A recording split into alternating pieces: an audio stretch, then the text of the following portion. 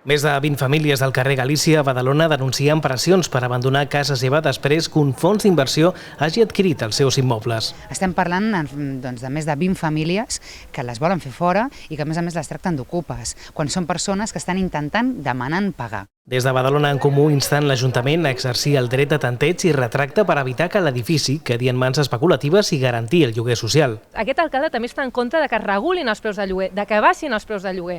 Això és una autèntica vergonya. I ara, a més, han anul·lat una reunió que tenien regidors del govern del Partit Popular amb els veïns i veïnes perquè els deu caure la cara de vergonya de dir-los a la cara que aquesta gent no tenen cap alternativa perquè al Congrés el seu propi partit està en contra de donar solucions a aquesta gent. Els experts recomanen als llogaters afectats sol·licitar la pròrroga per escrit de manera immediata per deixar constància legal de la seva voluntat de continuar pagant. Nosaltres el que estem intentant avui des dels comuns és venir aquí, explicar els seus drets, explicar-los que tenen a més 2 setmanes per encara poder firmar, en aquest cas, la pròrroga del lloguer i venir a fer pressió política també. La situació que s'han trobat aquí és un propietari jeta que s'ha tirat anys i anys i anys sense fer un contracte, cobrant en negre, finalment un fons voltor es fa amb els 2 edificis i el que els demanen són uns preus absolutament impossibles de pagar per aquesta gent.